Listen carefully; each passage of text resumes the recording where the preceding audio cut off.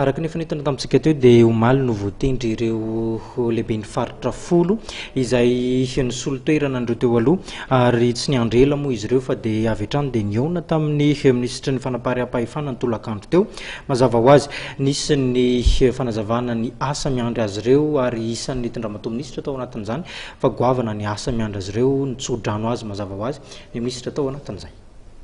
Tonga nitsidika andramatoa Ruffine Tsiranana, minisitry ny Fanapariaham-pahefana, io tolakandro io ireo filohan'ny faritra vaovao nitondrena Taorian'ny filakevitra minisitra omaly. Isan'ny tonga tetsy amin'ny ministeran'ny Fanapariaham-pahefana etsenosy araka izany ny général de division Robert, lehiben'ny faritra Tsimondrefana, ny colonel Mahevalaza, lehiben'ny faritra Diana, andriamatoa Mananjara Lucien, administrateur civil, lehiben'ny faritra Sava. Nanome tsodrano azy ireo amin'ny andraikitra mavesatra hatrehany ny ministry ny Fanapariaham-pahefana. Nanaovana izao nomination zao dia noho ny firotsahany ny lehiben'ny faritra sasantsasany ho candidat sy olombavambahoaka. Zay zany tsy maintsy mametra-pialana izy ireo, zay ny anaty lalàna. Zay ny andaniny. Ny akilany iray zany tsy andaniny dia ny trangan-javatra koa sy ny toedra raha misy eny anivon'ny faritra vitsivitsy. Zay tonga zahay zany satria ny raharam-panjakana moa tsy mahazo miandry, zay nahatonga zay nanao an'izao fanomborona zao, nanao zao nomination ny lehiben'ny faritra zao. Ka eo moa iaraha mahalala fa somary amin'ny tany somary mafampana ihany no nametrahana an'ireto maramila reto ary tsika moa zao akatoko ny fifidianana koa. Dia zay zany nahatonga zay nanao an'izay fandaminana zay. Nitondra fanazavana mikasiky ny antony nanendrena azy kosa ny général de division Robert, lehiben'ny faritra Tsimondrefana.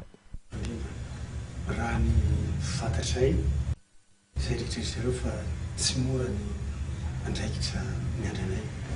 Ifandrina moa zao katoko ny fifidianana zao anankiray eo koa ny tsy fandriam-pahalemana raha zay ny amin'ny ankapobeny. Dia voalohany matoa mitendrena zahay fantatry ireo mitondra mitendry anay nanendry anay fa zavatra vitanay zay.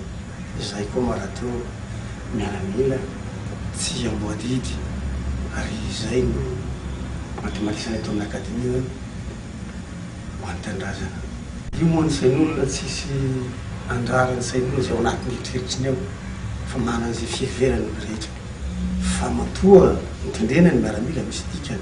Hitatsika raha mijery any Antsimo tsika asa mahafantatra nareo ny situation amin'izao taona zao ny any Antsimo fa tena mafana dia mafana tokoa ihany.